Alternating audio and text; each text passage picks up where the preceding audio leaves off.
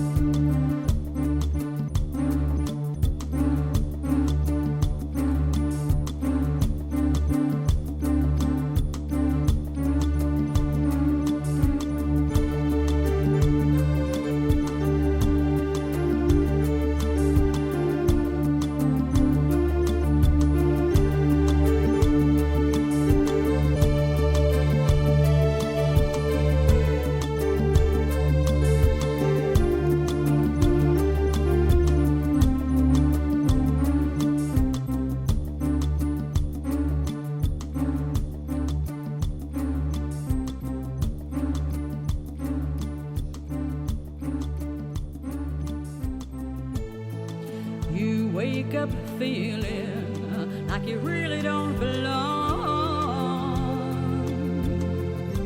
You can't explain it, that when you close your eyes you see familiarity. Are you dreaming, or on the edge of remembering?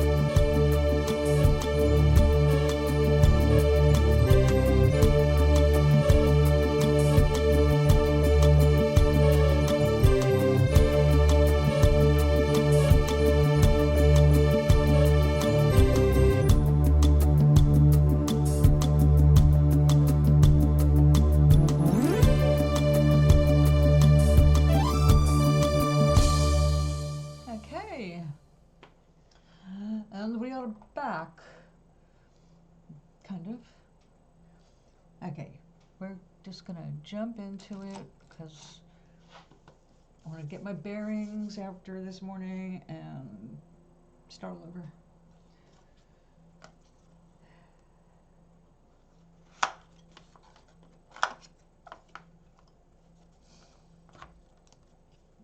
We have a Thanksgiving dinner coming up in the community.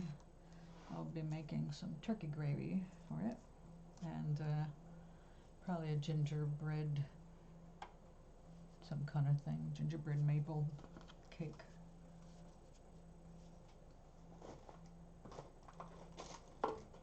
But I want to make sure that people who do some of the big cooking get a little Thanksgiving thank you.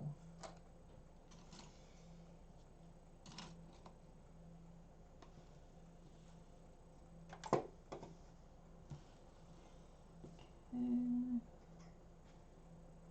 Let's have some good news.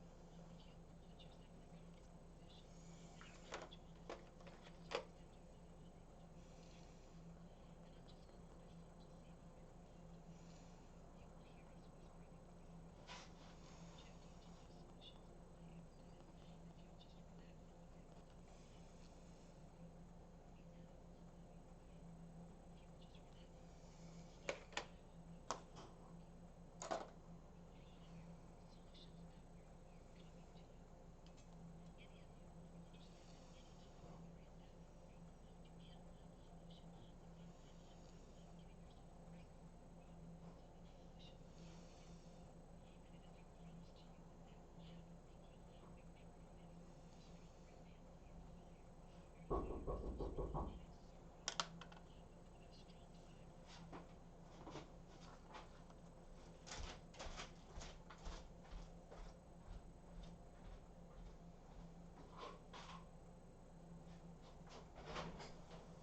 wasn't sure if I heard anything. Hello. Hi. A while back, we did our annual unit inspection. Yes. And we found a few things. Yes. Is it okay if I come in and take Oh, care yes, of them? okay, you don't mind, I'm on the air right now, Oh, so. I'm sorry. No, no, it's all right. I know for sure it was the, Caulking in the in bathroom. the bathroom, the kitchen, and your burners were lifted. What was it in the kitchen? The burners on your stove were. Oh, yeah, okay, well, just, you don't mind moving things around, do you? Not at all. Okay. Not at all. You take care of what you gotta do. I'm invading your space. No, I mean, I'm sorry, I have clothes hanging up in the bathroom, they're Okay. wet, so. That's all right. I won't make a mess.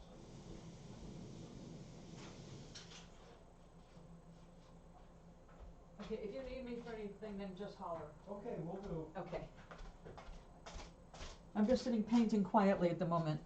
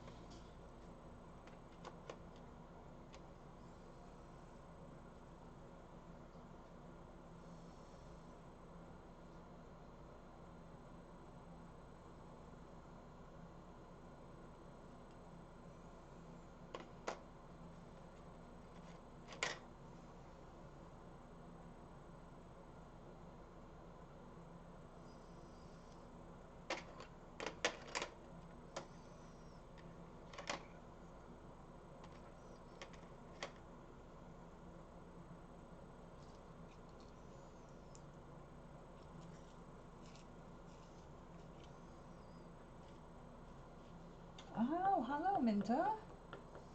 I'm great. How are you?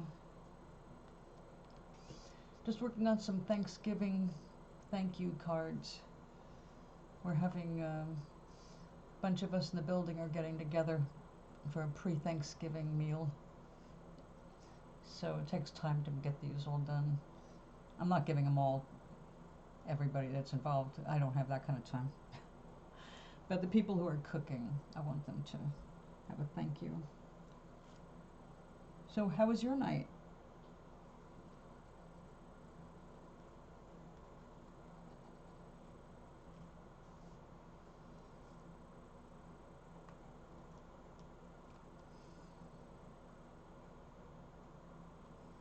How's your weather today?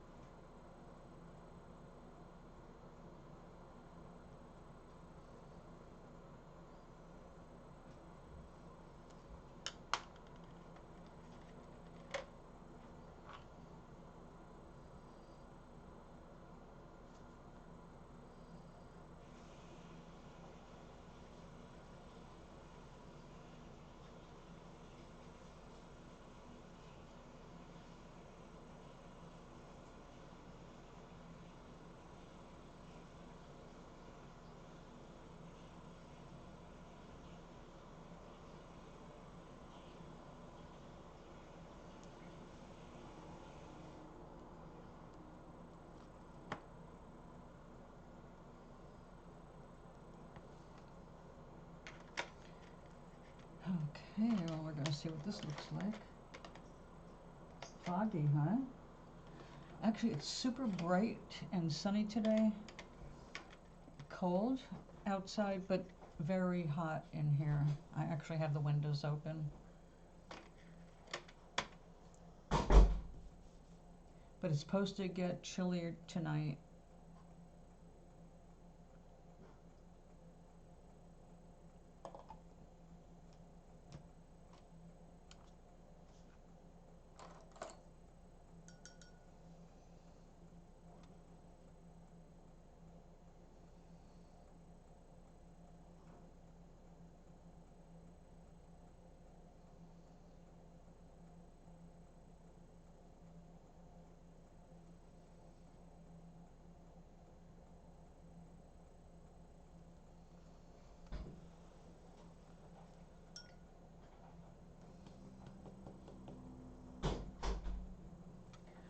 Well, not personal at all. I'm in Connecticut.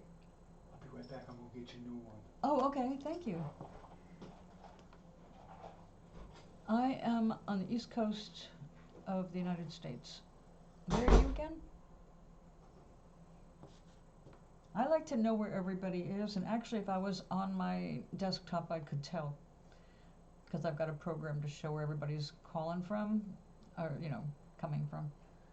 Unless you have a VPN, and then, who knows.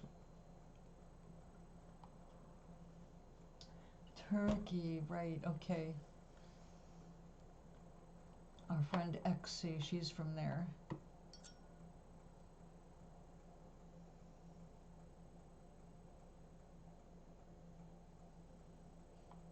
I need to get one. There's expenses. There's only so many things that some of us can get these days.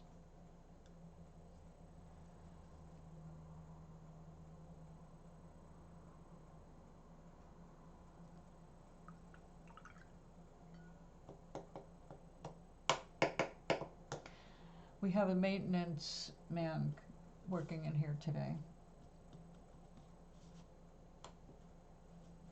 He's awesome. So he's doing some stuff on my stove and for my bathtub. They do an annual inspection and then go down the list of things that need fixing. Oh, is it?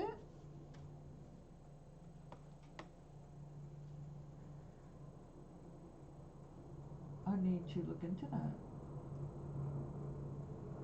What's the company?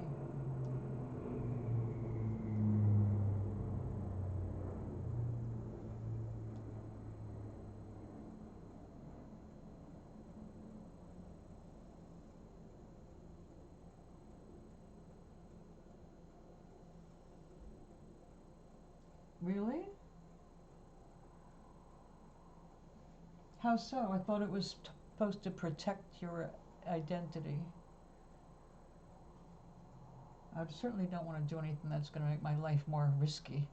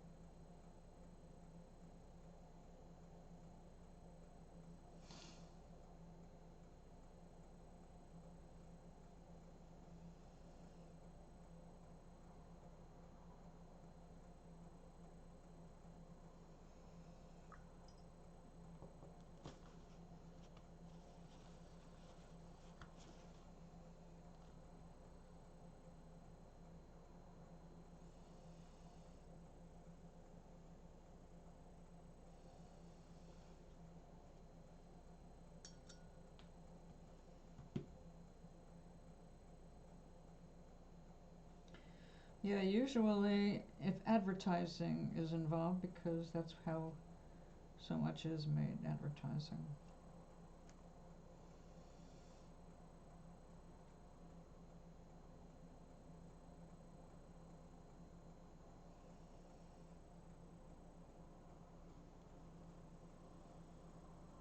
Yes, and that's what I don't want.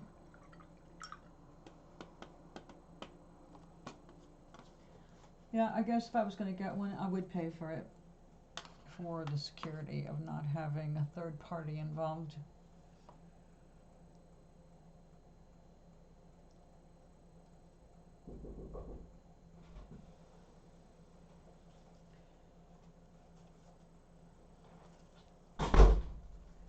You have to watch out for those scams.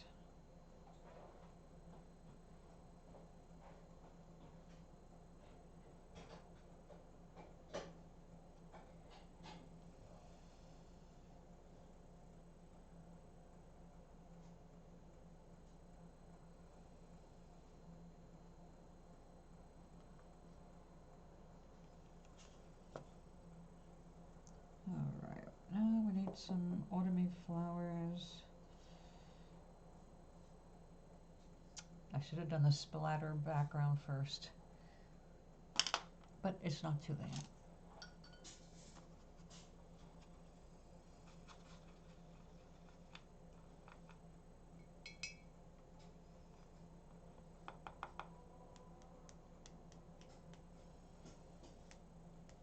There we go. Oh, it's bland that way, right?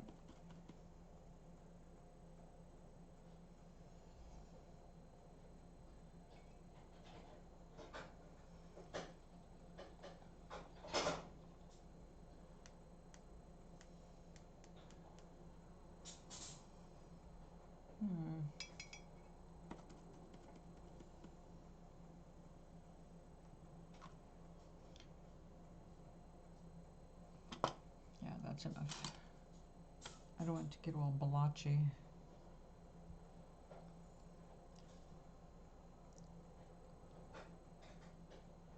Alright. Flowers, flowers. Yellow. Orange. I think we'll go ahead and use some of this rosy color.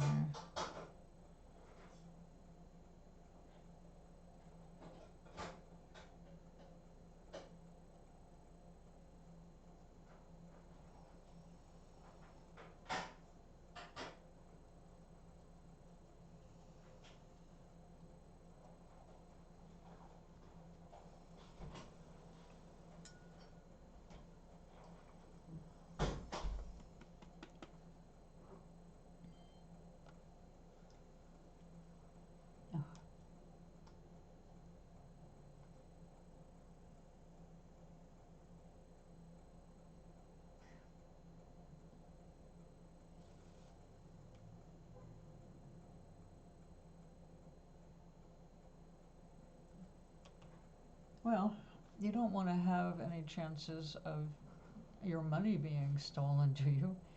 I mean, you want to watch out for that kind of thing. I mean, things are different in Turkey, but banking systems are, well, there's a lot of consistencies because they work with each other.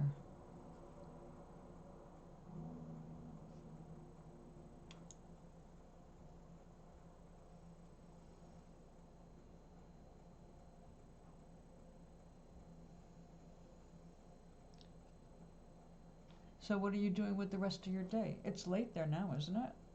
Oh, not too bad. It's early evening.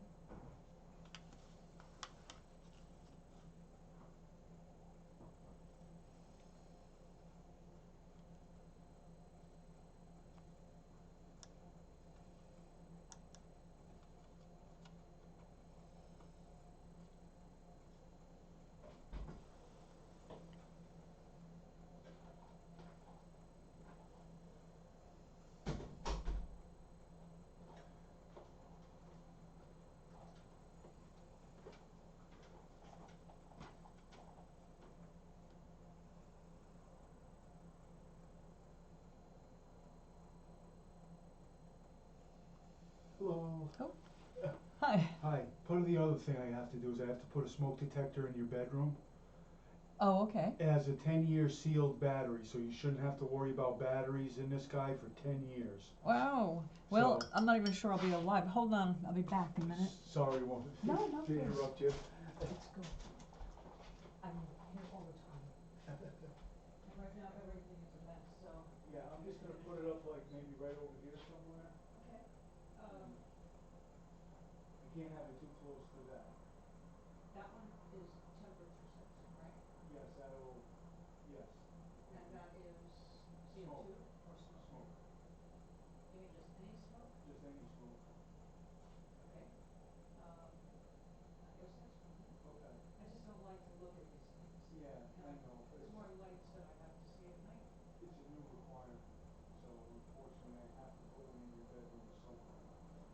Okay. It can't be too close to a window or too close to the sprinkler.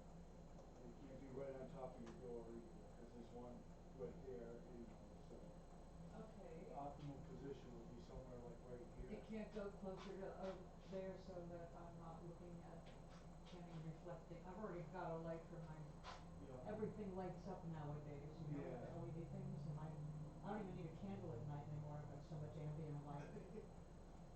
So it Well, I'll can't. tell you what, I'll put it right above the door, how's that? Yeah. Right over here? I like that there. Okay. Please go on. Thank Nope, you. I will try to accommodate you. Well, I appreciate that, but I don't wanna be a big pain in the ass either. Well, you're not. So Okay. don't worry about it then. Am I close enough out of the way this way in the bathroom, or you're not there yet? Oh, I'm all done in there already. Oh, okay. Stove burners are all set? Cool. Oh, beautiful, thank you. I used straight bleach on that and I still couldn't get it to be white again. Yeah, it was time. Well, I appreciate that. All right, I'm gonna go back to my desk. Okay. I'll just be Oh, here. did you see the big paintings on the easel? No, I did not. Okay, when you're done in here, you gotta come and see what's on the easel, since you did most- help assemble that. I most certainly will. Okay.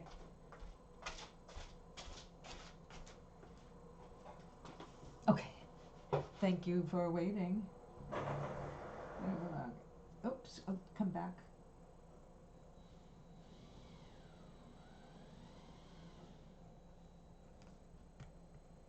Oh, okay, yeah, that's a good idea. And don't worry, your English is fine. If I need to slow down the way I speak, then just say so. I try to accommodate everybody because, you know, we have people from all over the world come here.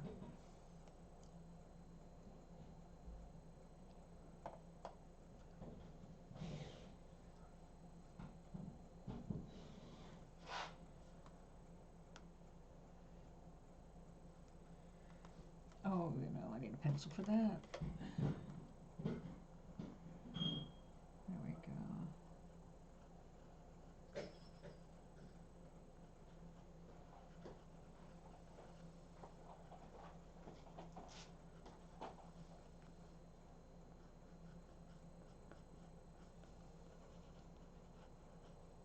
nice. You like it? Yes. Be right back. Just starting it. This is 3 days of work, Yeah. and that's 1 day of work, and that was just the other day of work. I'm having fun. Yeah, absolutely. Good for you. Thank you. Well, I wanted to show it off. All right. I'm finally. I fixed this myself with wood glue. I actually reinforced it with a couple of popsicle sticks. There you go. Wood glue and a C-clamp. Yeah. So looks like it'll be strong again. Yeah, it so. should be. Well, I built this whole thing for cats, 3 stories high, with nothing but wood glue Yep. and wood, and not a single nail. Yeah. And it lasted for over a year before it started to get a little wobbly, and we had to start putting some nails in. Yep.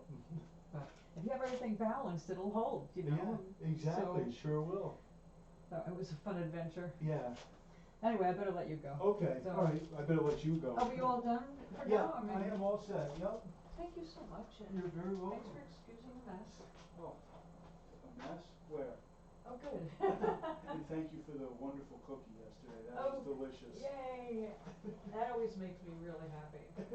So I'll make sure you get something for the Thanksgiving dinner, because you'll still be here when it starts. Oh yeah, I'll be here. Yeah, because I'm gonna make a gingerbread maple thing. Oh, okay. So definitely have to try that. Oh, most definitely. Sounds delicious. Okay, have a great day. You too. Thank you. Thanks, bye-bye.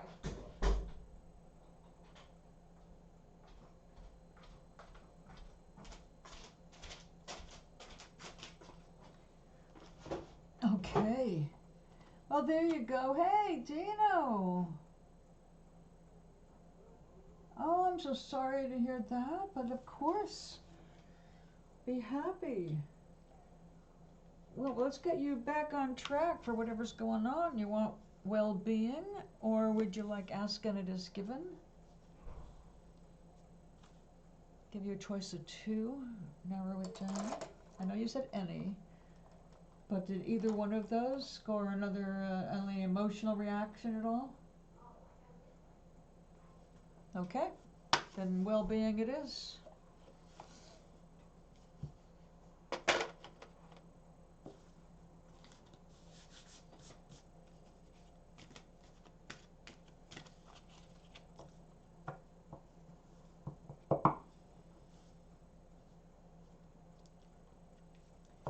Just had the repair guy here.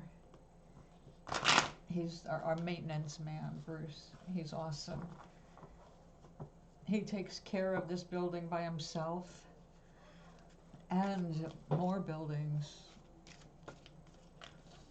Oh, well, right now on the table are Thanksgiving. They're gonna just be Happy Thanksgiving written on them to some of my neighbors. There's a Wii bowling group and a bingo game we have. So some of them are in both groups. So the one that's in the Wii bowling group, it's probably about 7 or 8 people. Everybody's making a potluck. Well, not really potluck. It's going to be, there's a turkey and a roast. I'm doing the turkey gravy and a maple gingerbread cake.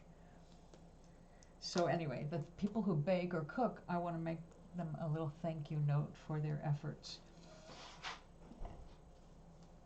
Well, I don't play that, but I do bingo once a month. We only do it once a month.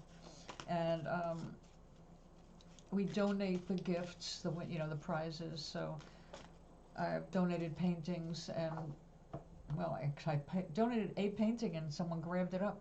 So I painted another one and they grabbed that up too. So someone's collecting my work. Greetings, Charlie. I believe it. I believe it, because I've watched people do stuff and I'm going, that's going to stress that muscle group, guaranteed. They keep playing, they're going to know they played. Madama is okay. Madama had a little start to the day, but Madama is settling her ass down, working on the little thank you for Thanksgiving stuff here. And then Dino, who is an old timer here. Dino, I don't think you've met Charlie. Charlie is in Portugal. I have tea. No, Friday is coffee day. This is Tuesday. I do my positivity class on Tuesday. Now, it was there that I found out that our rent could go up $300 a month when Trump takes office. Ooh, that sounds yummy, Dino. So when someone said $300 a month, my heart kind of stopped beating.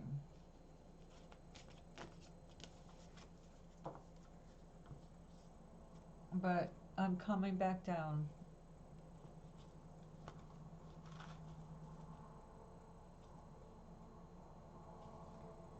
Because I am practicing the same shit I teach you guys.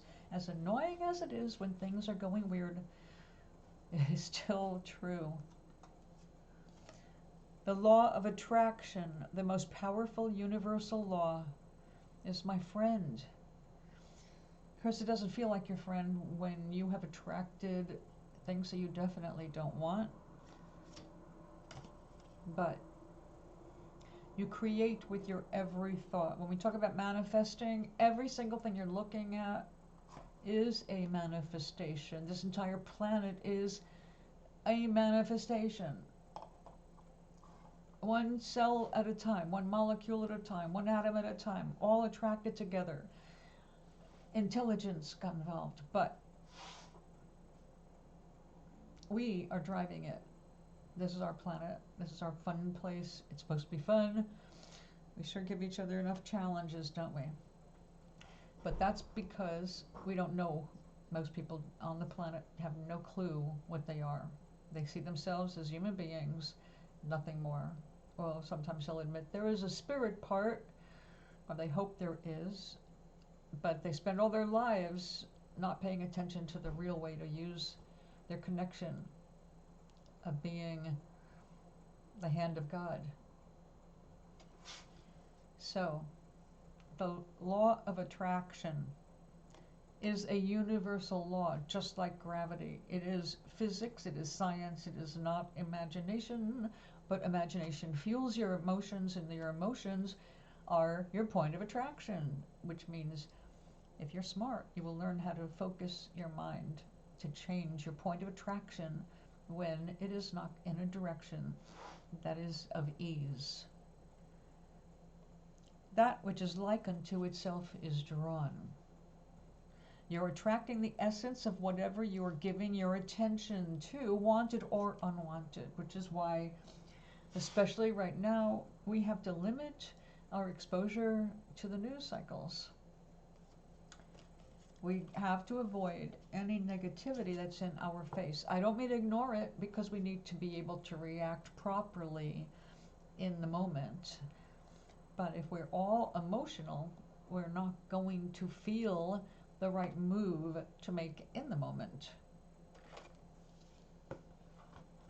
So the law of attraction is always, always in action. There's no exceptions. We do not have a universe where we can exclude anything, because the moment we pay attention to it, we have now invited that into our sphere of influence. It is frustrating when we can't get our heads on straight because of emotional upheavals of all kinds.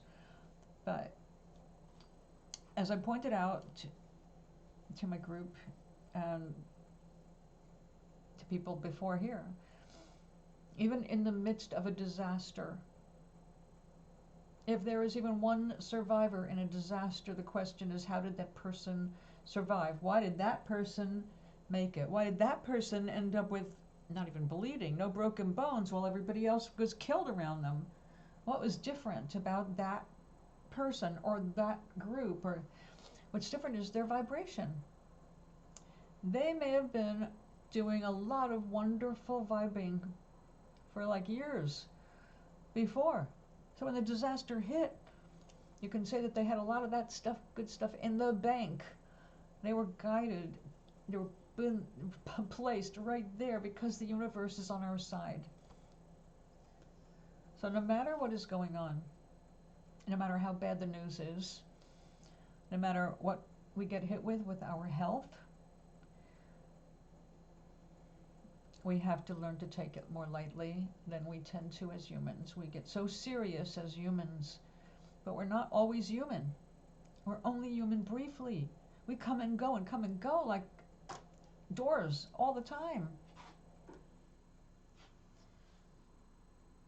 The more you can spend time in happiness, in gratitude, but I don't even focus on the gratitude so much anymore. It's more appreciation of what you have.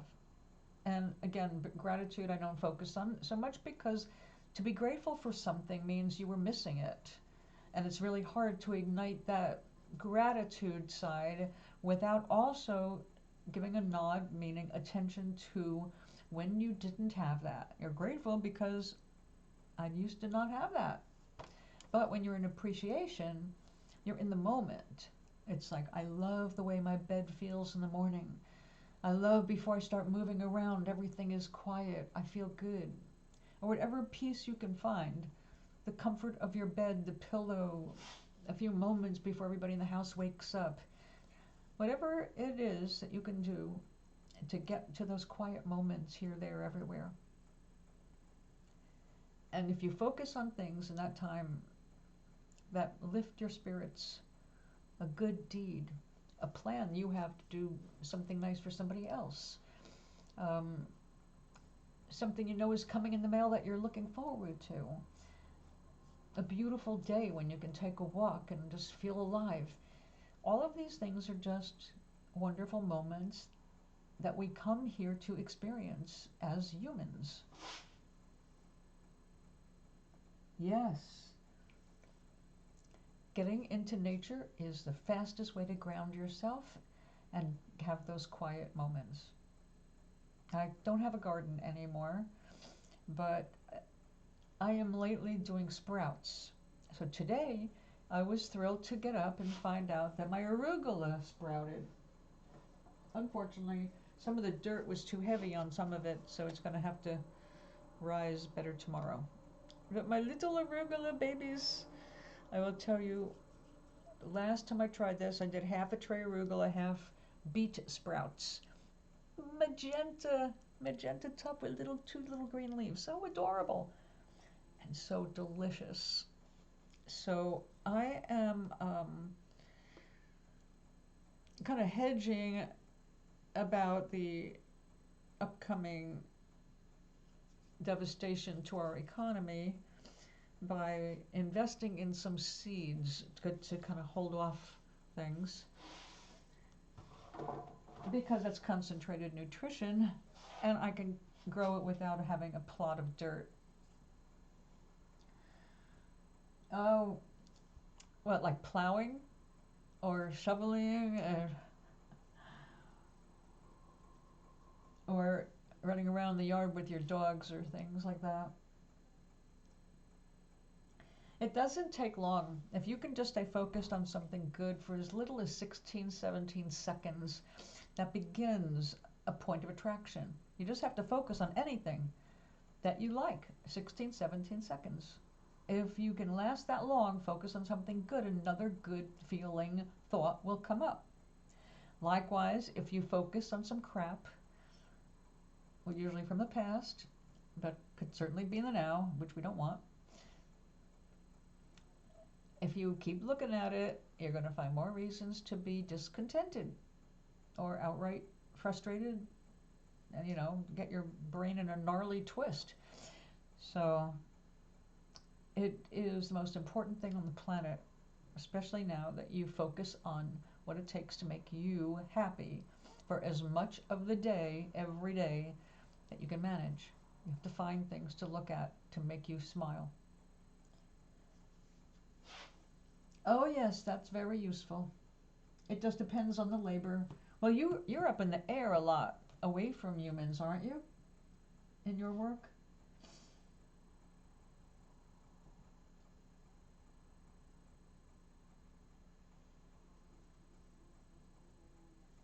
Mowers and blowers. No? What are you doing? I thought you were up there checking out cell phone tower stuff. Am I confusing your gig with somebody else's? We're so sorry. You've been away too long.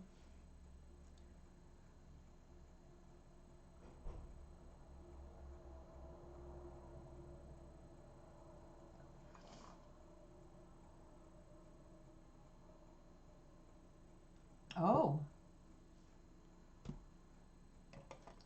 Uh-oh. Pourquoi? Why? You didn't retire, did you? Oh, no. Oh, geez, I'm so sorry. What were you doing before?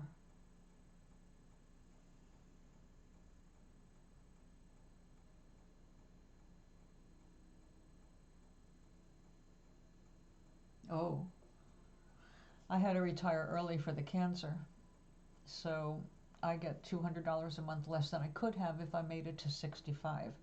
I only made it to 62.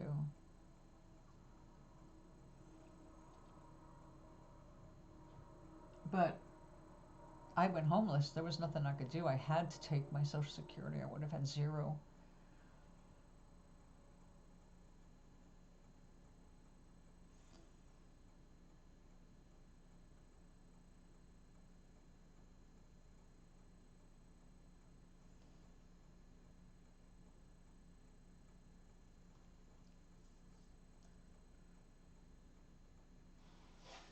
All right.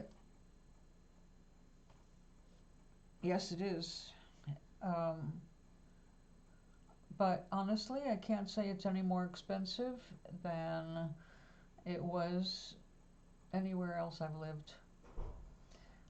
There are places that there are bargains and other places where there are not. Like in North Carolina, the place that just got washed away, Western North Carolina, that's where I lived.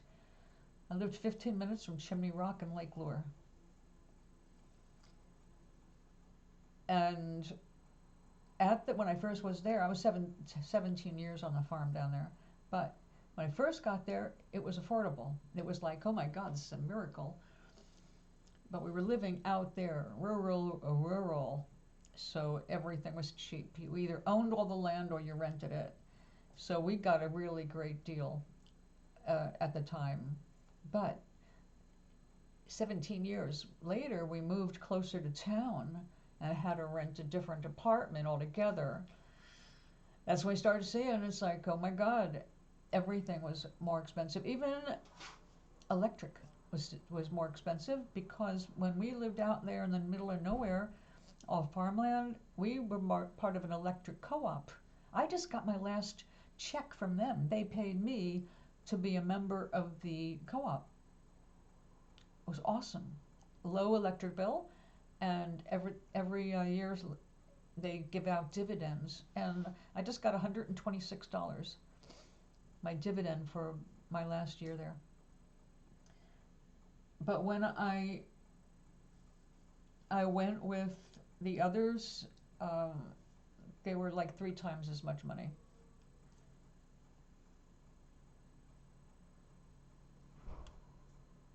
Oh wow.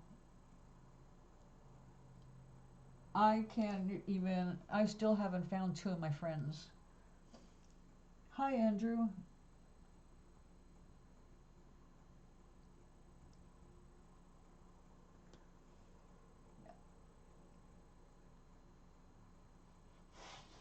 Human was the original name of the magic carpet in my third book that I'm working on. And I changed it to Herman because it was easier for people to focus. Oh my God. Oh my God. What a fucking nightmare. I could not believe the pictures. I just sat there and wept. Wow, I'm glad that he wasn't one of the people swept away. Holy shit.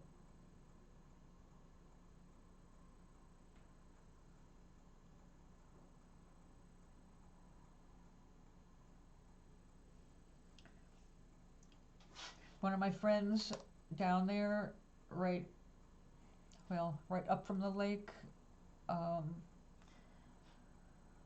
Oh, was it technically Rutherfordton? Or part of Lake Lure? No, they were getting Lake Lure taxes, so they were considered part of Lake Lure. Between Rutherfordton and Lake Lure. The gem mine, where I have all my stuff from. I know, Chimney Rock was, I saw that, I couldn't believe it. It's like, you look at that and you just go, oh my God, that's where I had my 10th anniversary. That's where I used to get my this and that. Oh my God, oh my God. Matter of fact, this was made by friends in Chimney Rock. Oh, you can't see it. This was for my second book.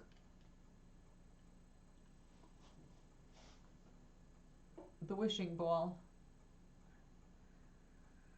So the glass blowers down there.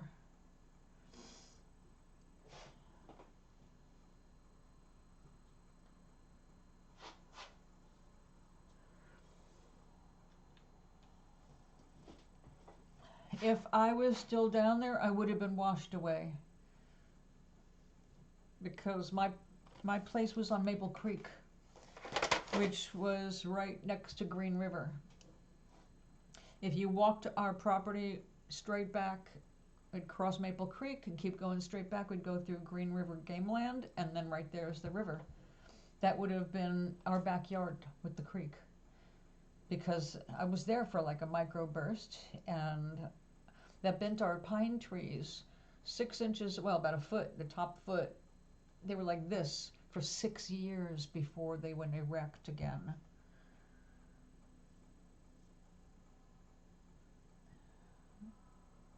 Wow. So question. Are you not working because of an injury? Because God knows we have disasters going like crazy right now.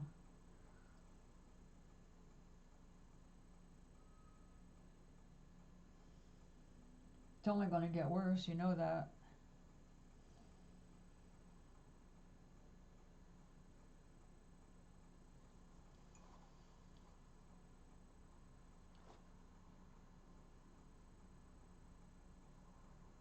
Yeah, they sure could.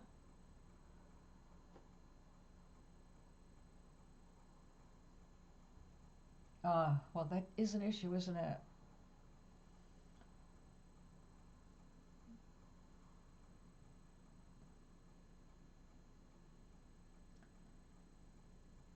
Well, I don't know if this is useful information, but you know what electric boat is, right?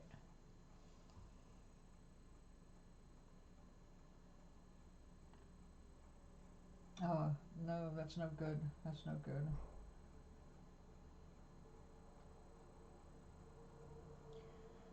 I'm trying not to be afraid right now. The same reason. I was homeless for 6 years. I bounced around. I finally found safety here. It'll be 3 years in February. I finally am like feel like I'm living and not just staying alive kind of thing. And now with Trump in, they're already talking about cutting our rent subsidy, which will mean my rent is going to go up $300 a month. That's all of my money. And if they cut SNAP benefits, then I have no money for food. So yeah, it's going to be a lot of people suddenly homeless. So it's scary.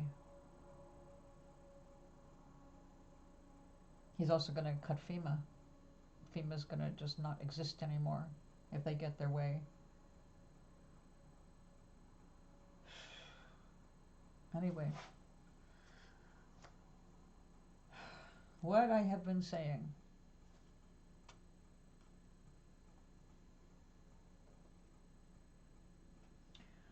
Minta, when it comes to bad things, first of all, everybody suffers some kind of shit in their lives. Because that's life. There's nothing guaranteed. It could be a man-made disaster. It could be a war like that. That's a man-made disaster. Or it could be nature. Whether we contributed to it or not, it is what it is now. We already passed the tipping point, so it's not going to get better. It's only going to get worse. So it's not useful to count how many bad things. It doesn't matter. When you survive them, you become more resilient. You become more like a rock inside because you have to become stronger for yourself. And then when you're stronger yourself, you can become stronger for others. So it's important that we don't give up.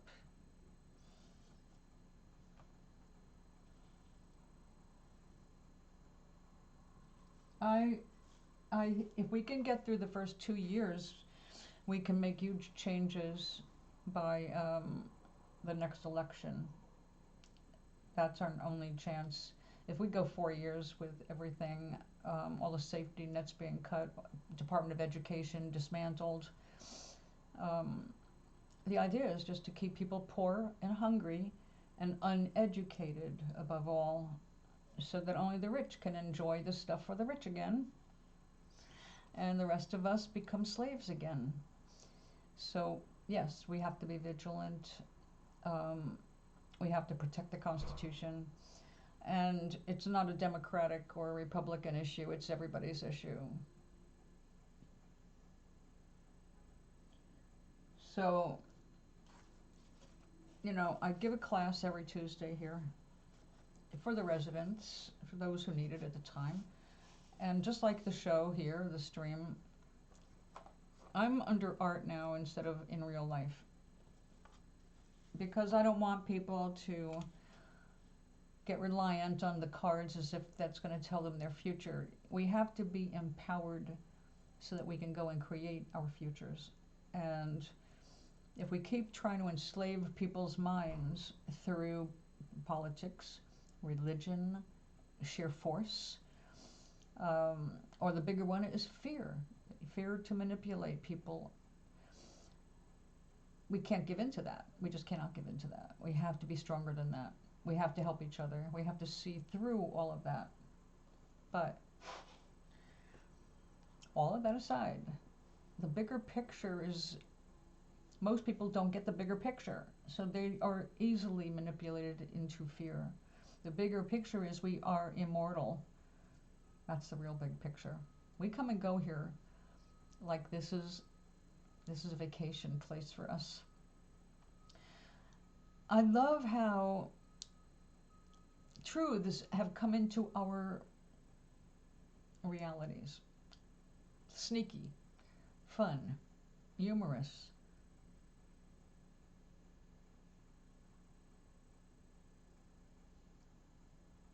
Oh, well, thank you.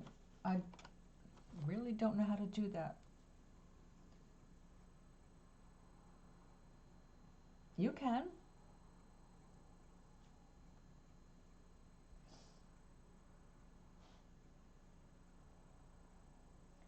But I was using actually 9/11's 9/11 as an example of how people with the right vibration have a greater chance of surviving tragedies than those who don't. And it's not a matter of good or bad. It's not good and evil. It's not that at all. It is expectations, fears, what makes us more likely to be devoured by our fears also makes us more likely to be devoured by circumstances. When we are able to step back and calm ourselves, we can react or take action without it being a knee-jerk reaction. My best friend growing up,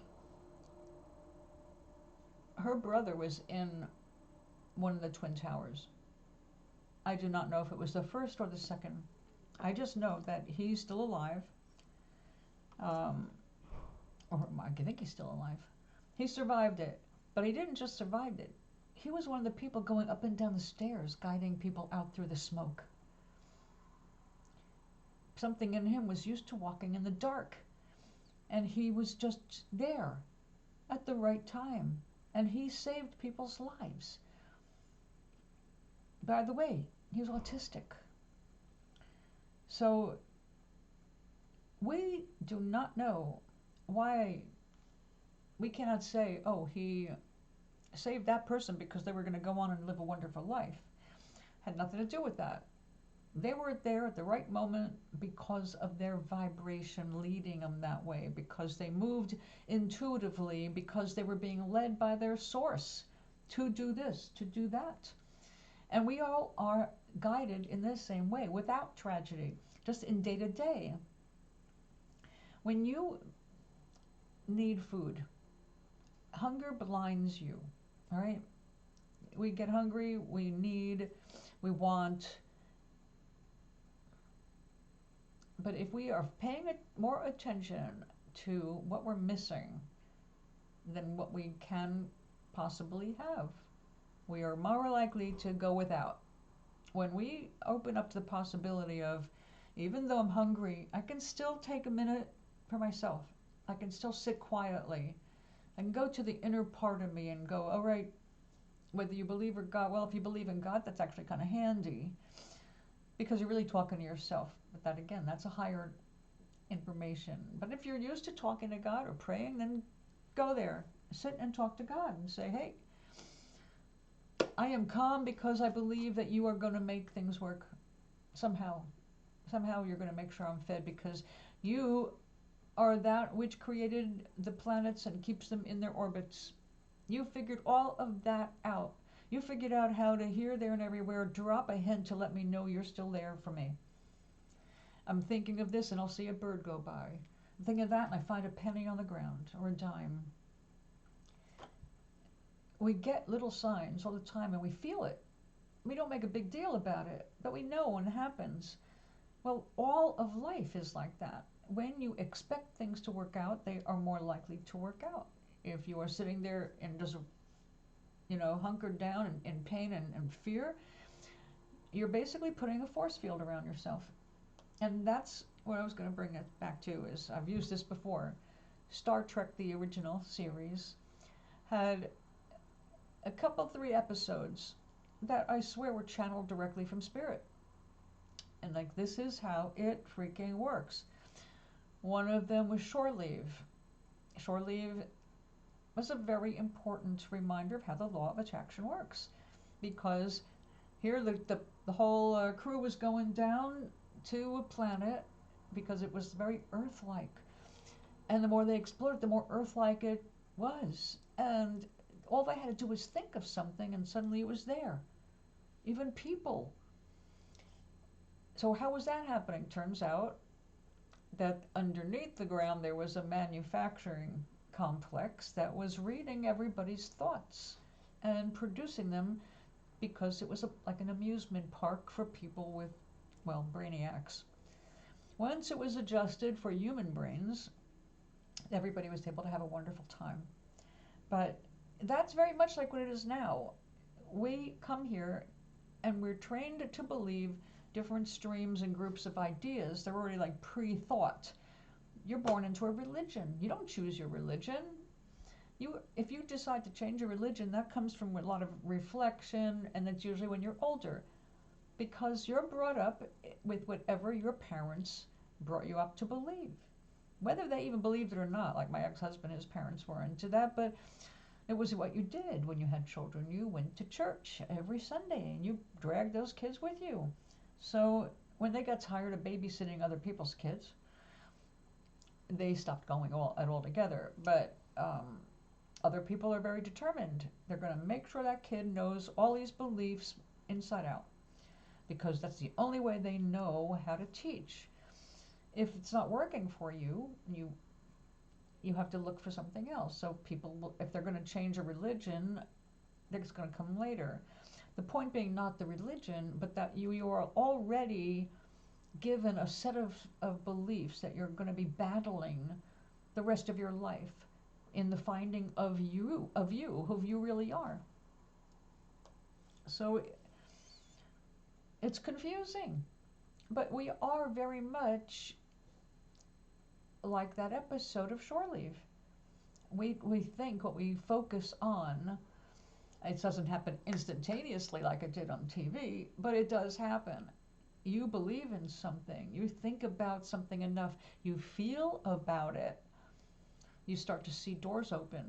You start to see coincidences. Like Rick Moranis, I worked on a musical about Rick Moranis. And actually, it wasn't about him so much as another idea, but Rick Moranis was part of the title even. So I had not spoken about him, but I thought about him the other day in passing.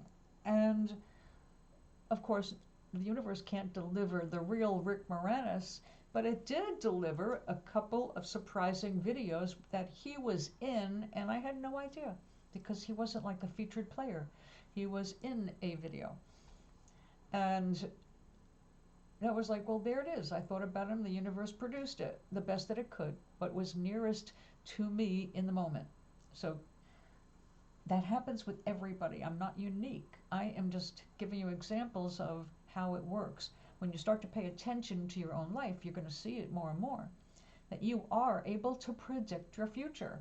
And it's very important that if you don't like what you're predicting, you start spending a little time between you and the universe and saying, okay, I find myself predicting that I am going to be out of work forever. I am never going to have a job again.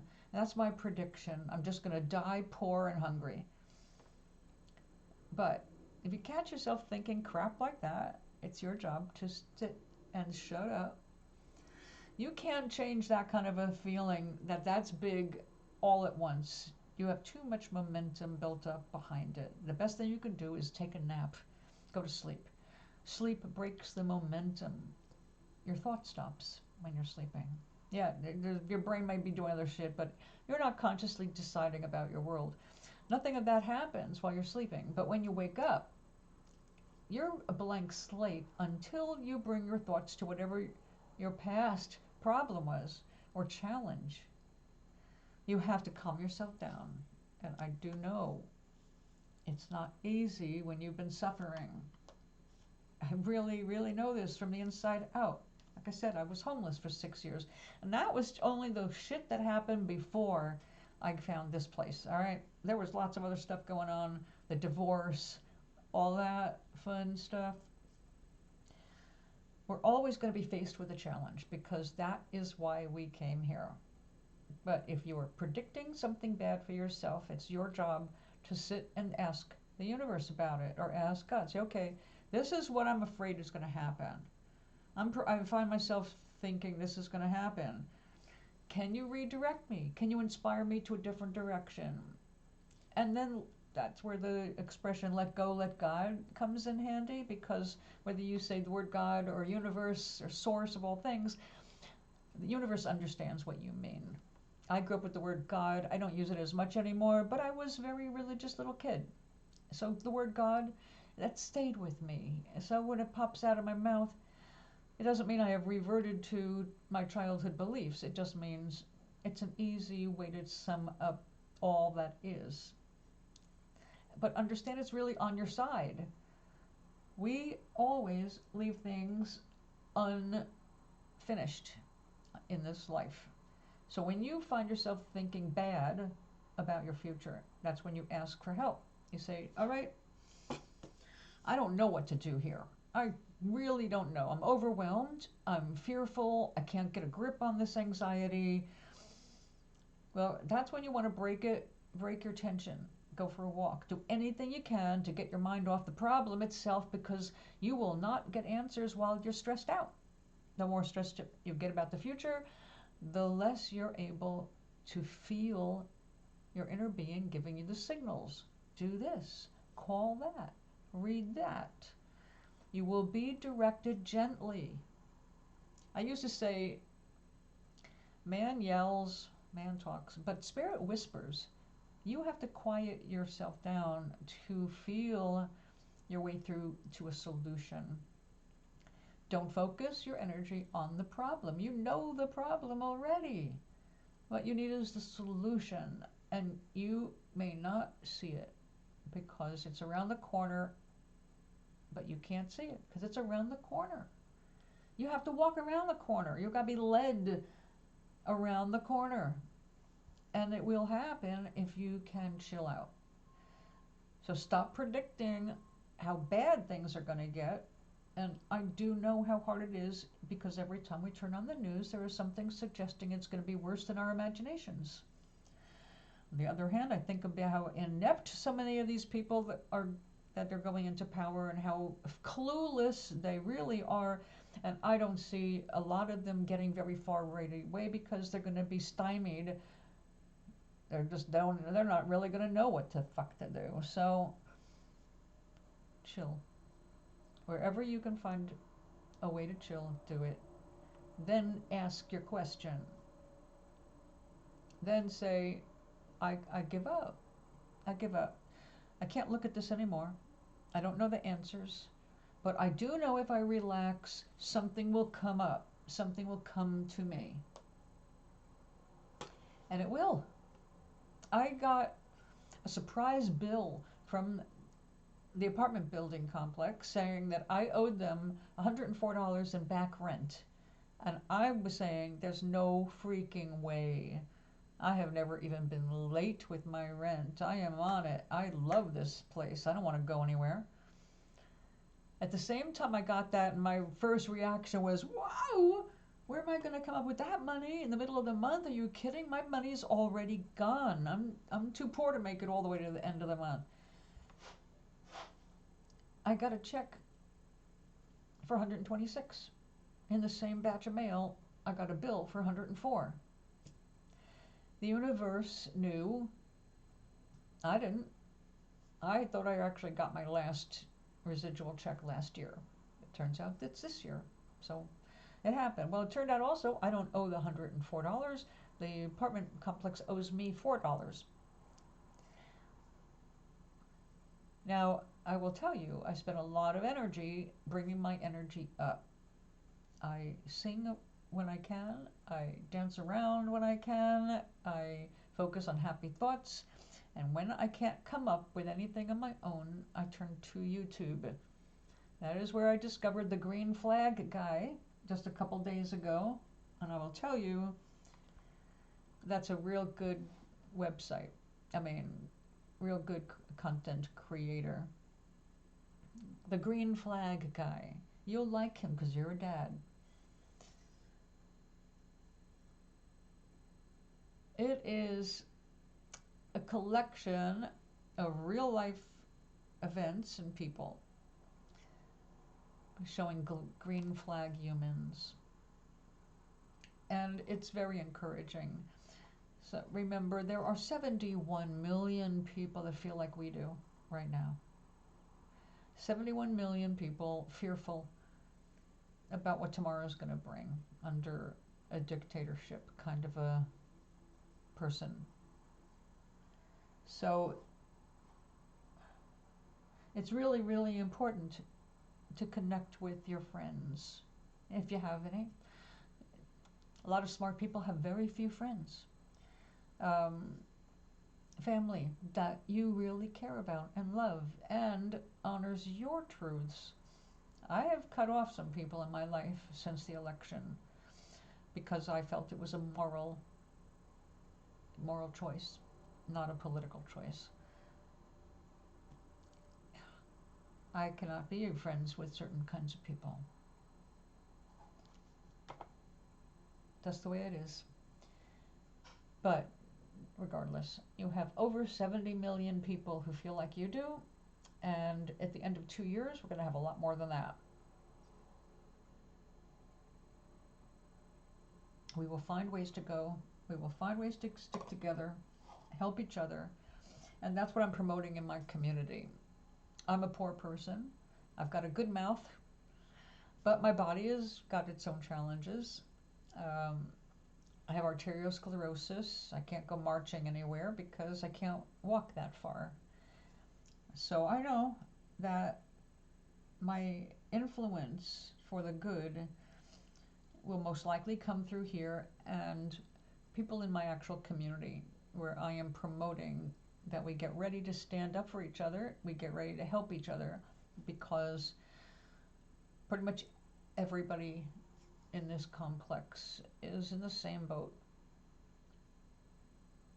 We worked our entire lives at minimum wage, and now we've got nothing but a little bit of Social Security And, you know, and yes, I was invited back. I'll be doing it in May, providing my health holds out. So let me show you what I'm getting ready for this time.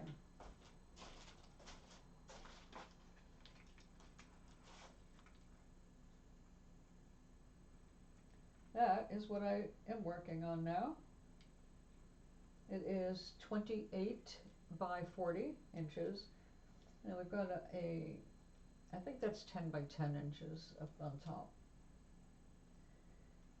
So yes, I was going to do this today, but my class and the rent issue and all that stuff came up and kind of sapped me and my energy. Also, I did 2 loads of laundry, which have to be folded and put away. Thank you. Well, I'm still working on the big one. That's just 3 days of work. Put that back up there. Oh. Anyway. Ah, you are a good boy. Charlie, have a wonderful evening, my dear. Yes, he is buckling down on it. What's dinner dressed as tonight?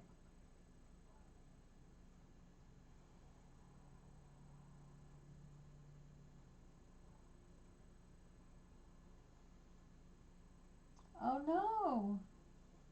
What kind of sick are you? Oh. Hammer that water. Well, let's hope that's all it is. You don't need COVID.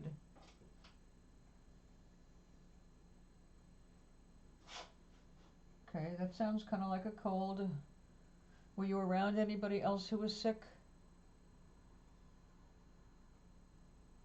Yeah. Yeah. COVID almost took me out this year. Hopefully if I get it again, it will not be as bad as the first time. Okay, well that's comforting. At least nobody's been obviously sick. But you know, if you start to have any other symptoms that are not just a regular cold, if you start to get really congested, you have to get a test right away.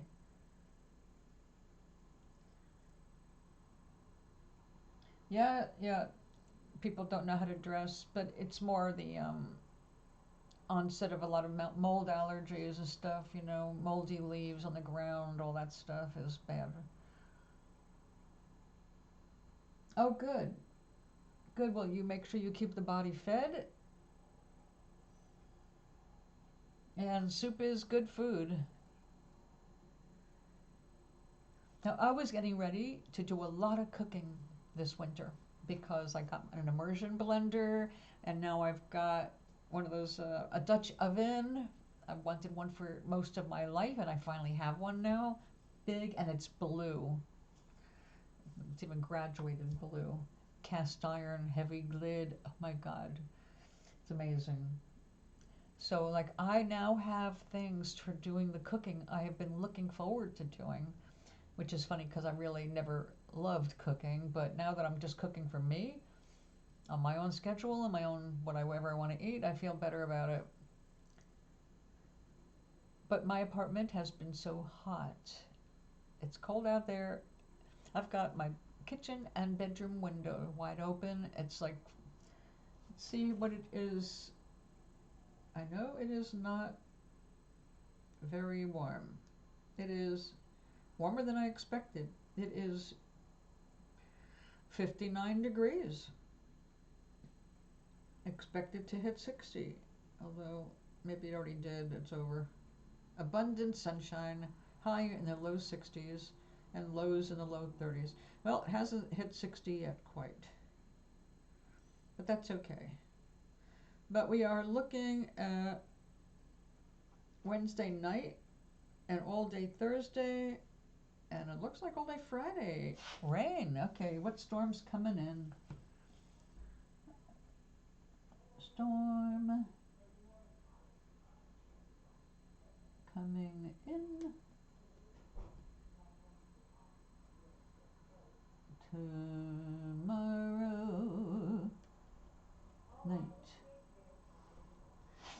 Okay, we're expecting a storm for Thursday, but coming in on Wednesday night. We need the rain very much, so we've been on red flag warnings now for like a week, 2 weeks. It's been a long time. We've had some bad fires, I hear, in our state. But I'm going to tell you one of my beliefs. And I realize that anytime, your beliefs can be readjusted, but looking at where I have lived before, and when everything happened to get me to move, which every time I've moved, it's been weird circumstances that got me even in that motion, but it's always happened. Where I live now, there's been horrible California wildfires. Where I was on the farm, they've had massive flooding. It's like it's like in my wake, I'm leaving disasters behind me. I'm getting out well ahead of the events that are destroying places I used to live.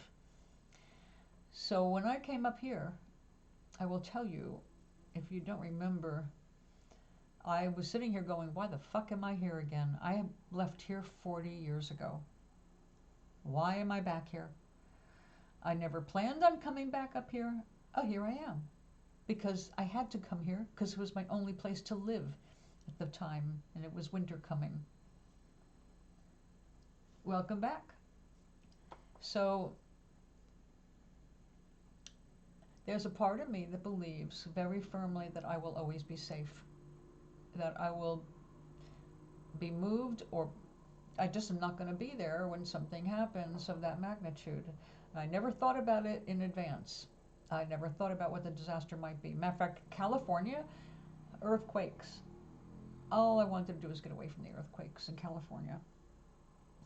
And then suddenly I was in North Carolina, living my dream of being on a farm. I wanted to be on a farm since I was 11 years old, and it finally happened. And I have a couple of other fantasies in my mind. I'm hoping I can have them while I'm still alive. It's such a drag to have to start over as an infant, it really is. But we do it. So Dino, how familiar are you with Star Trek The First Generation? Because there are 2 more episodes where truth came through, and it's like, these are excellent examples for people. It's like they knew what they were doing. I didn't get to watch the series when it was actually happening because it came on too late. I caught up later.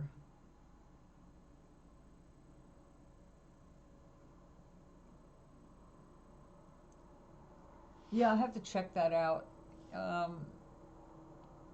Well, I used to own the whole collection, but there are 3 episodes for sure in the first season of Star Trek, of the first Star Trek. One was Shore Leave, which basically tells you how we are creating on this planet, and that this place was supposed to be fun. And fun, because there are billions of people, fun is obviously a great variable. There are people who love reenacting the Civil War battles. I am not in that genre. But there are people who do like that. And so part of them, they're magnetizing battle. Okay? Everybody's entertainment is different. We have to become okay with everybody living their own lives because we're all here for our own adventures. We're not here to dictate the adventures to other people. We have to have, rules of civility like thou shalt not murder, but or steal from your neighbor. Basic civil laws. Aside from that, everybody needs to mind their own damn business. We're here for our own explorations, our own fun, whatever that looks like, aside from hurting others. That's not part of the plan. That's human animal speaking.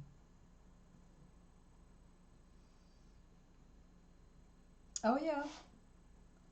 tomorrow's, it's always the future because the past already happened. You can't change anything in the past. It's always about the future. We want the future to be better than yesterday, bottom line. And it doesn't matter how good the current time might be. You could be on top of the world.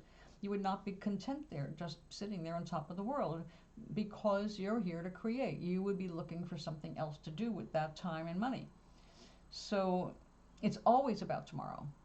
It's always about what we're attracting, and that's why we have to learn not to disastrophize. We don't want to think the worst possible cases. There are exceptions to that. Some people are wired where they need to see the worst and then they feel better because the worst doesn't usually manifest. I recommend, unless you're really wired that way, where you've got to work out every chess move ahead of time, you're giving yourself a lot of headaches doing that. But some people, depending, again, their brain is shaped a certain way, they're going to obsess over those things.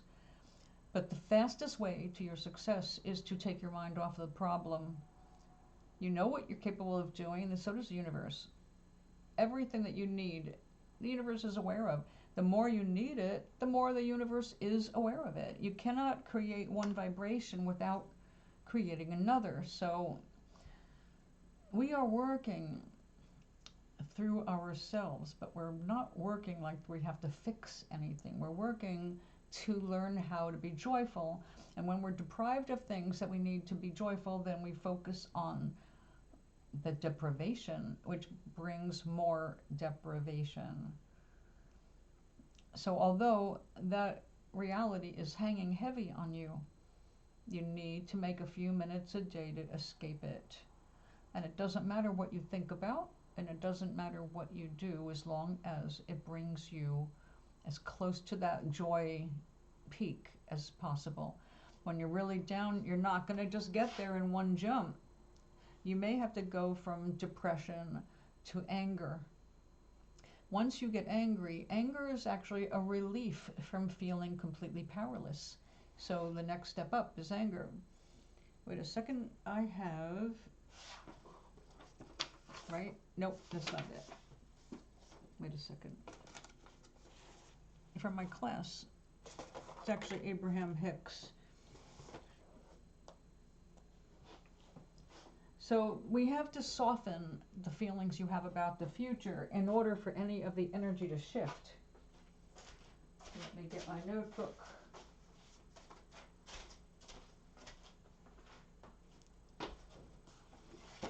Believe me, I'm dealing with the same thing you are, just different to the eye.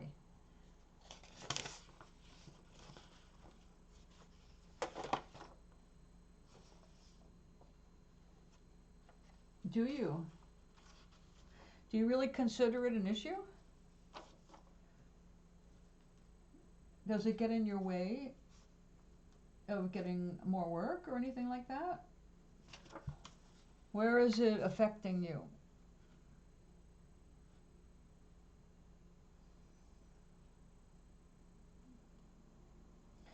Because anger on its own is not a bad thing. It is moving up. It's actually when others are involved.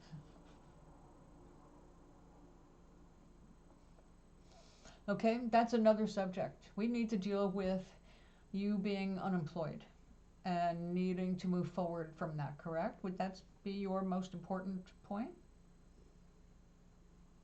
A bad track record. Have you, okay, I'm going to assume if you have a bad track record that you've actually had therapy for this? Anger management class or something? Have you ever done any of that?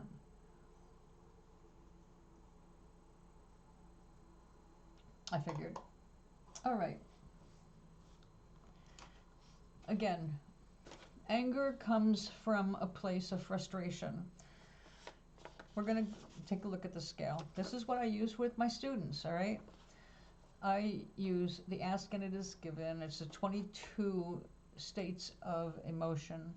The worst one, the most powerless, is feeling powerless, is stage 22. Fear, grief, depression, despair, powerlessness. That's the worst place a human can be.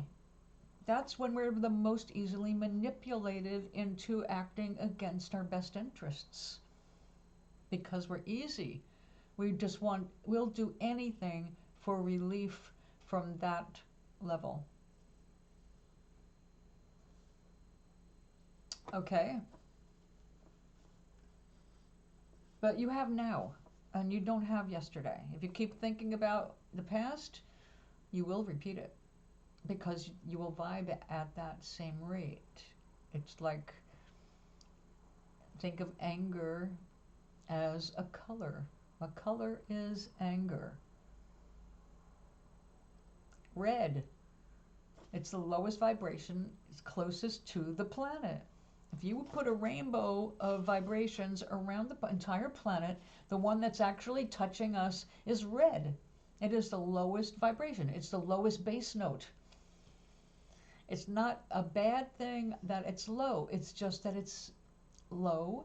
It's easy. It is third dimension. It is matter. We're sucked right into it, and then we have to resist it. That means you have to change your vibration intentionally. So, up from fear, grief, depression, despair, and powerlessness is insecurity, guilt, unworthiness. And up from that, one step is jealousy. Now you're starting to feel things about other people. Above that is hatred and rage. Above that is revenge, the need to take out your feelings on other people. And then we come up to 17, anger. So you see, anger at level 17 is actually 1, 2, 3, 4. It's 5 steps above being powerless. That's why anger feels so good.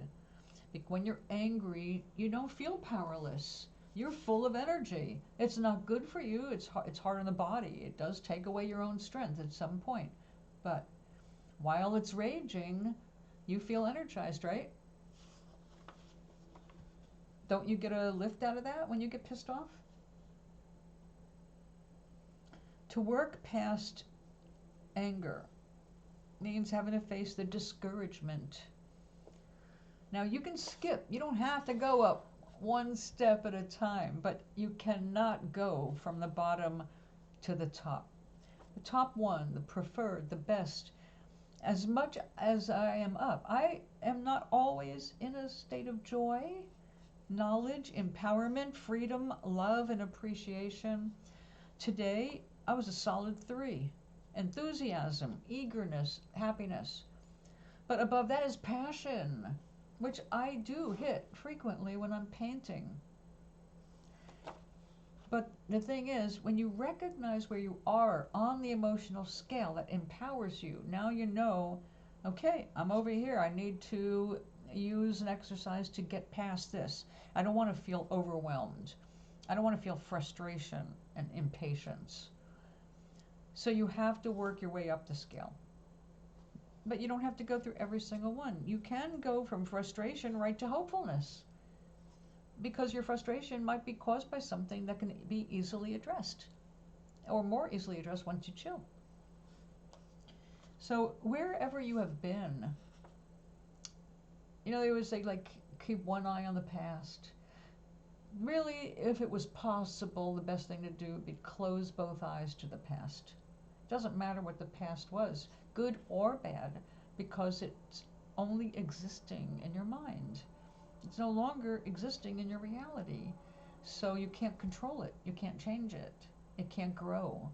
We're here to grow, not toward any one particular goal. We're not here for one goal.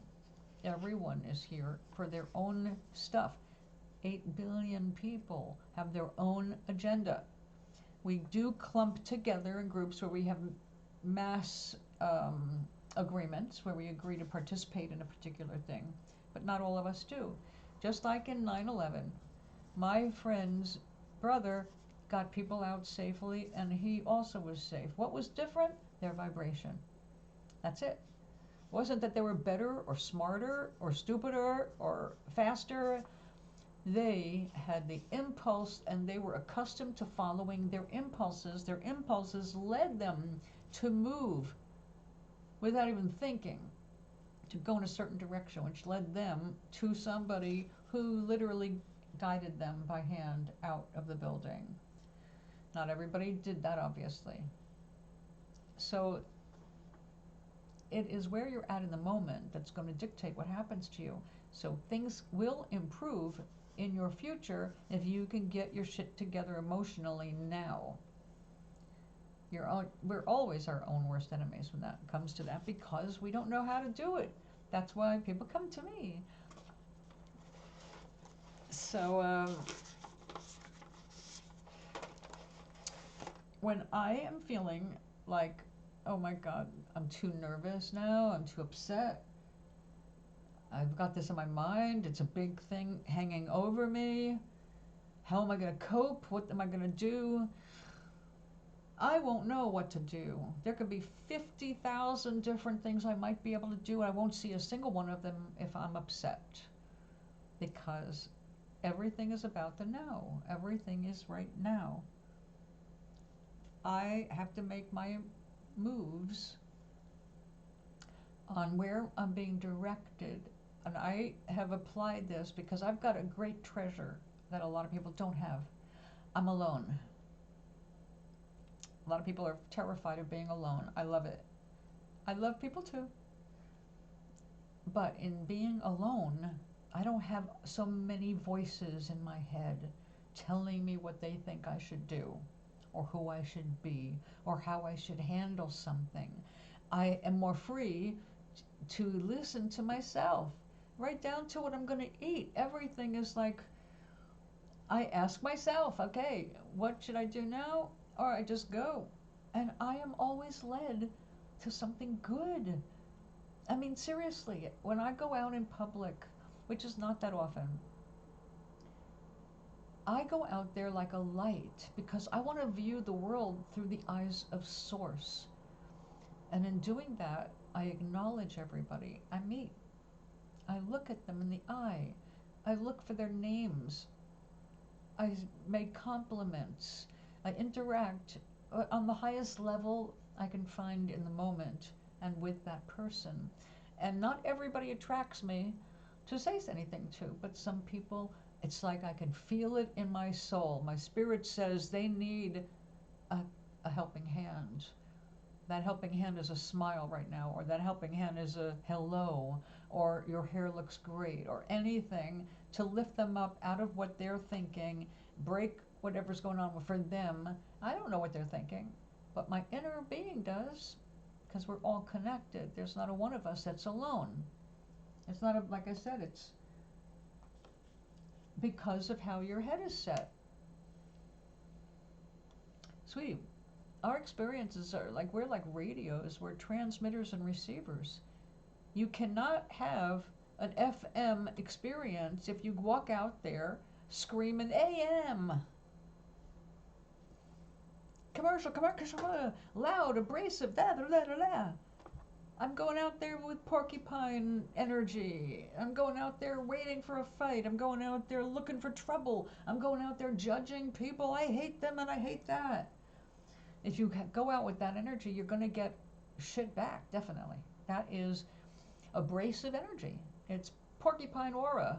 It is looking for trouble or expecting it. Same difference. The point being that there's going to be something, if you're expecting it, to rock your boat, to challenge you. It doesn't have to be that way.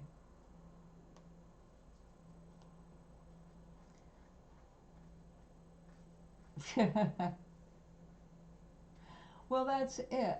Well, you and Dinah have a lovely time. It is 2:30. I've got probably a half an hour left in me. But I will sing to you now, Charlie, because you need to take it easy, so you've got a fresh brain for tomorrow, right? You need to take care of yourself. Sweet dreams be yours, dear, if dreams there be.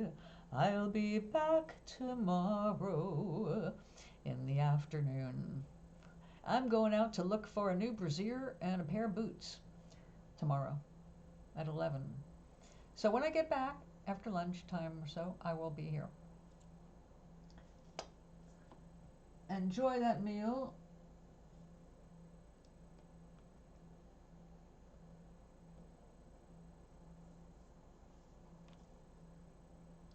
Buen provecho. Oh, what language is that? Buen looks, Spanish. Is it Portuguese? It is Spanish. Okay. Are you going to, Minta? Oh, you're just saying goodbye.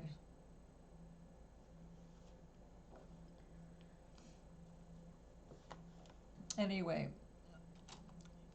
when I moved into this building, actually I didn't meet her yet, but I saw this old lady, all like a crab in her wheelchair. Set my eyes on her, and instantly I knew she was the gatekeeper. I said, that woman is the gossip master. Nothing goes by in this building without her knowing about it. I'll bet my bottom dollar. And I was right. That is exactly what she is. And I don't engage in gossip. But I knew I was going to be part of it, whether I wanted to be or not. So I went right up and I introduced myself. I made her my friend. I know that she is alone. Her kids are all over the country. None of them are in the state. It's always a big deal when they're able to come out and see her. So I know she's lonely. That's why she gets involved with everything. She's got to see she sits there all day in colors. She sees everybody coming in and out. And she's nervy enough to stop people and ask them who the hell they are. But I like her. She's actually a nice person. But I know that when I moved in, the first thing I heard from another person was, I hate her. She does nothing but gossip and blah, blah, blah. It's like, okay, I've been warned. So when people were complaining to me in my group saying, oh, she gossips, and I said something and she told everybody, and I said, listen, you know what she is. So you have to use this properly. You already know that if you tell her something, she's going to tell everybody who stands still long enough to hear it. So when you have something you want everyone to know, she should be the first person you tell. She'll cover the grounds for you. Nothing to worry about. And once they started seeing that if there was something going on around about them, that was their own fault. It's their own fault. You don't want someone to hear about you, don't tell people, because they can't help themselves. People with no lives. They have nothing going on new, so they just tell everybody what they see. So get used to it. Just let them go. Don't feed it. You see people with attitude, don't feed the attitude. But here's the thing.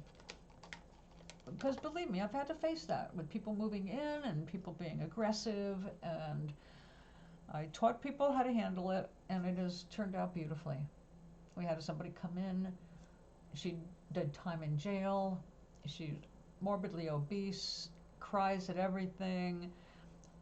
Just a bulldozer of a woman, and very blah blah blah, and nobody liked her at all. And I spotted her right away, and I figured her out real fast. But it was like, okay, I don't want to be around her. I don't like her energy, and I know what's going to happen with her. And I said, you come up against me, and you better be a fucking genius if you think you're going to give me a problem.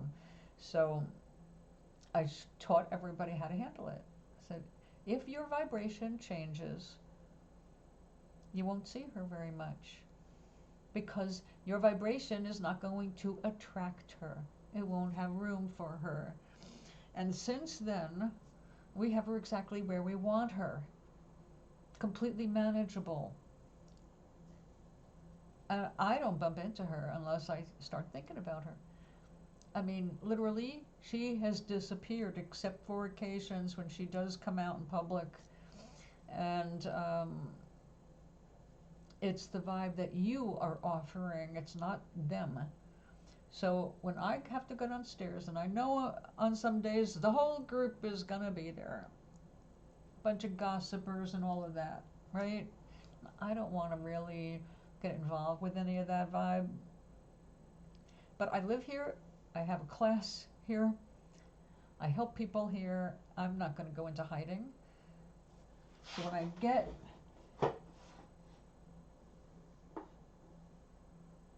well, there you go.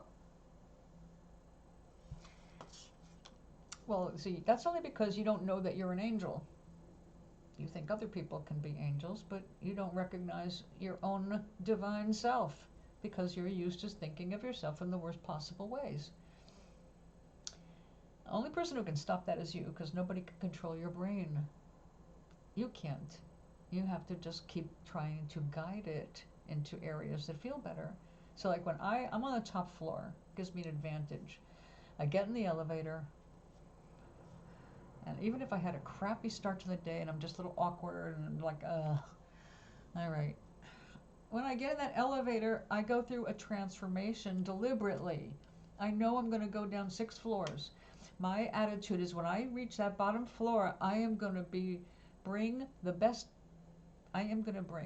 best self to the table. That's my mantra. Bring your best self to the table.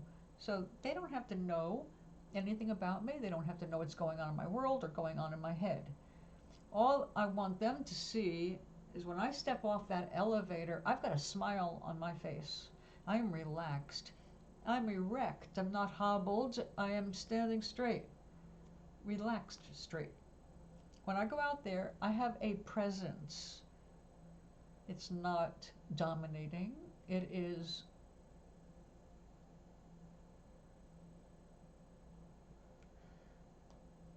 and now I know Charlie was here when this happened. A couple weeks ago, maybe 3 weeks ago at the most, I was doing laundry downstairs, and I've got this big cart, and it's heavy.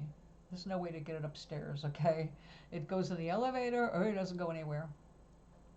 And I hang all my clothes from it, and I carry the dirty clothes, all of it. My whole laundry station is in this wheelie thing, and it's big. So I go downstairs, I do my laundry, and then I've got to go back upstairs or something. So I get in the elevator and I go upstairs. I got to run down to my apartment, get whatever it is. I come back to the elevator, I push the button, the elevator comes in. I go downstairs, I get to the ground floor, the laundry floor, and the doors open up, and everybody looks at me like I'm a ghost. Okay? How did you come down? And I said, the elevator doors opened and I stepped out. I was surrounded by firemen. The elevator was stuck. It wasn't stuck for me. And it was closed off after I got off there. Everybody's heads turned like, did you just get off that elevator? I said, well, I guess I'm magic. Somebody else was like, I was stuck in there for 45 minutes. I'm like, that's impossible. I was just on it. It's your energy that dictates what's happening to you. Nobody else's. It's nothing you can blame on anybody, for good or bad. So when the good happens, it's you. You attracted that into your world. Yeah, that's what they were saying. Exactly. I loved the looks on everybody's faces. We had a whole bunch of people there to do Wii bowling, and the whole group's there. And they all snapped around like I was just born. It was very funny to me. But to them, it was like, I loved it. The thing is, the only difference between me and everybody else is that I'm aware of how it works. And I put it into practice as much as I'm able to. It doesn't mean I'm going to be able to avoid all the crap in the world because, there are overwhelming things. But again, When you have the right vibration, you become one of those people that slips through the crowd. Things can happen. New opportunities are presented. So although part of me is terrified of what this new administration is going to do to we poor people, there's another part of me that feels very strong and stable, that no matter what happens, I'm here for a reason. And if this is my last year on the planet, okay, I'll be back later. I'll come back after the shit. So either way, I know I'm going to be okay. But when my human part starts to fear, I've got to do the same thing I teach all of you to do. You have to calm yourself down, go for a walk, take a nap, think of something pretty or beautiful, go do a favor for somebody, give of yourself. You know how it is to give of yourself, and you wouldn't have done it all these years if it didn't feel good to do it. It wasn't just because you could do it, it was because you enjoyed doing it. So you can make things work out more easily for you when you learn how to gently change your vibration. And in the doing of this, honey, you have to remind yourself that you can't get down on yourself. Your self-talk is everything. Your self-talk is telling you where you're at and what you're attracting. So if you put yourself down, well, you're just doing it before the world can do it because you're worried about what they're saying. But you shouldn't judge yourself that way. It takes practice. I'm 70 years old. I've been practicing these laws for years and years with the knowledge of them, and it's still challenging from time to time. So I know all of these different tricks and techniques of breathing, walking, exercising, dancing, anything you can get yourself to do. Let your inner being guide you to what you need to do for you. And don't listen to other people. Everybody who's already known you can only judge you from what you've already been. And if you are changing into a new being, you have to shed those people. You have to shed all of that because they are judging you. They're saying, oh, I know him. Well, they don't know you. They know aspects of you from the past. Who you are becoming, those are choices you make. So you have to test it yourself. I can talk till I'm purple and it won't change anything for you because you're the one that's going to change your vibration, your point of attraction. And you're surrounded by angels because all of us are angels. You know, you've heard about my dad's visit, right? When I thought he was an angel. Well, now it's like with some people who are very religious and they don't understand where I'm coming from. I can say my father is an angel. And I can mean that literally. My father is an angel. I'm the daughter of an angel. Yes, I'm mortal, but we all are. Temporarily. When you acknowledge your higher self as being an angel, things will start to shift. You've got to start loving you for who you are. And then things shift. Just like I got into that elevator, well, just like when I pushed the button. I expected that elevator to come and get me and safely take me to the ground. Even though at one point I said, that motor sounds a little weird. I think I'll mention that. And I didn't have to because I got off and apparently everybody had already found out. But the elevator worked for me. And I was the last one it worked for over a week or so. It's fine now. But these elevators are 41 and 42 years old, so, you know, Otis is great, but they're not forever. So, let's face it. I mean, imagine if I had no faith in myself or the universe working out. It always works out. What brought you here today? Well, again, there's your self-talk. That's your self-talk, babe. The words you say to yourself is setting you up to be whatever it is you're dealing with and whatever comes your way. You want things to change, you have to change. You can make a lot of things change. You can make a lot of things work better for you, but not while you're thinking the opposite. Nothing wrong with your motor. nothing wrong with your brain. Just habitual thoughts that aren't serving you. And that's the most common thing people suffer from.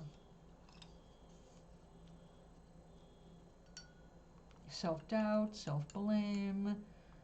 That comes from religious upbringing.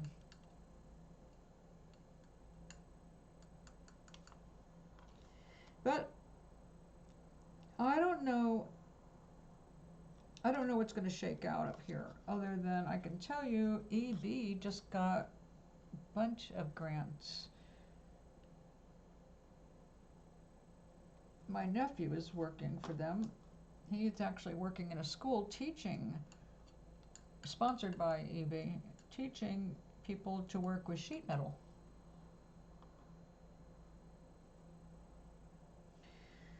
I have it right here.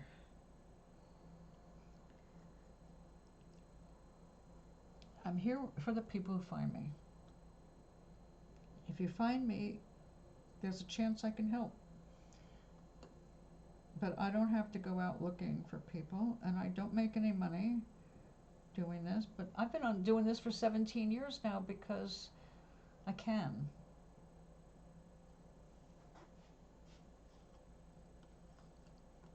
So it's not important that you come back every day or on, because you're not going to hear everything you need at once anyway. If you get one little thing today from everything I've said, then that's why you were here. Thank you. It's good to see you again. And I'm sorry that things have been so sucky, but I really believe in you. I know there's really no difference between us other than the physical manifestation at the moment. When we go back to what we really are, we're more like rainbows in space. We don't have bodies. We come here to fuck around with bodies. So you gotta look at the fun part of this. You have been here hundreds of times. Hundreds. And you don't remember that because you're not supposed to. It's a clean start. New game every incarnation. It's not some religious, spiritual thing. You can make it that way, but it's not. It's like physics. We are attracted to this place. We love creating here. We really love creating here. But there was the third episode. Okay, there are the 3 episodes from Star Trek. The first one I told you about. The second one is the empath. You remember Jem trying to rescue Dr. McCoy? That teaches you about the force fields.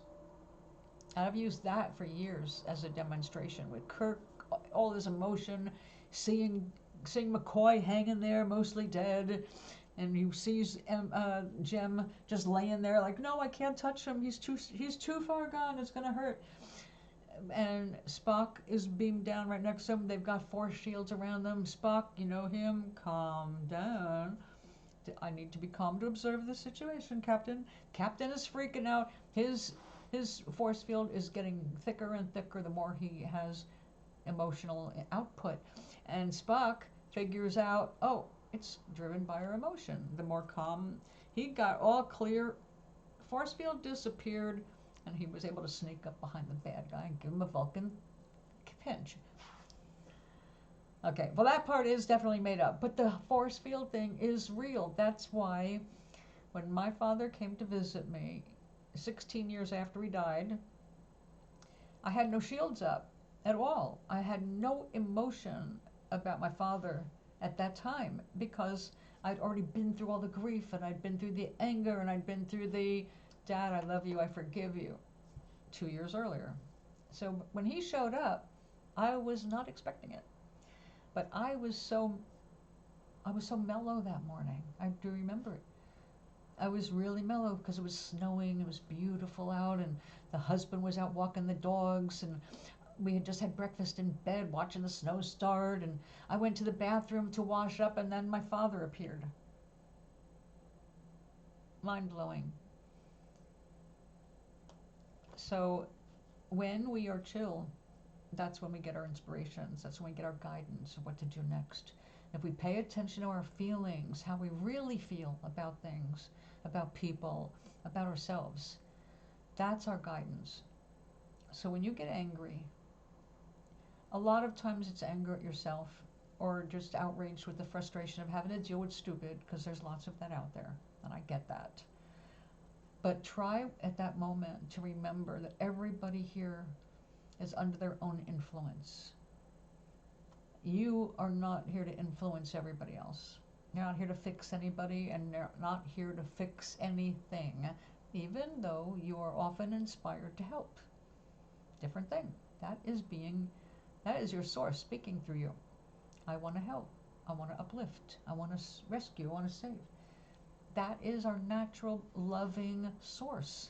So when you're feeling anger, that's just shutting down something you probably don't want to feel. So you have to ask yourself those questions. I can't know you well enough from a distance to say, I don't have that knowledge of you. But I do know of you that inside of you is an extremely loving, kind being. And somewhere along the line, no doubt, you were stomped on and made you not want to be so vulnerable. So I understand. And you've got to learn to cry for yourself. You've got to learn to say to that little kid in you, I'm here for you. I know it sucked before, but I'm here for you now. And I'll protect you. I'm not going to let anybody stomp on you again. So you're going to have to analyze that on your own. Or, well, right now you don't have the money for therapy, but you can do a lot just thinking on your own and asking for guidance. I've had videos pop up out of the blue that were like, oh, I actually needed that. So just ask for the help. Ask for your inner being to guide you better.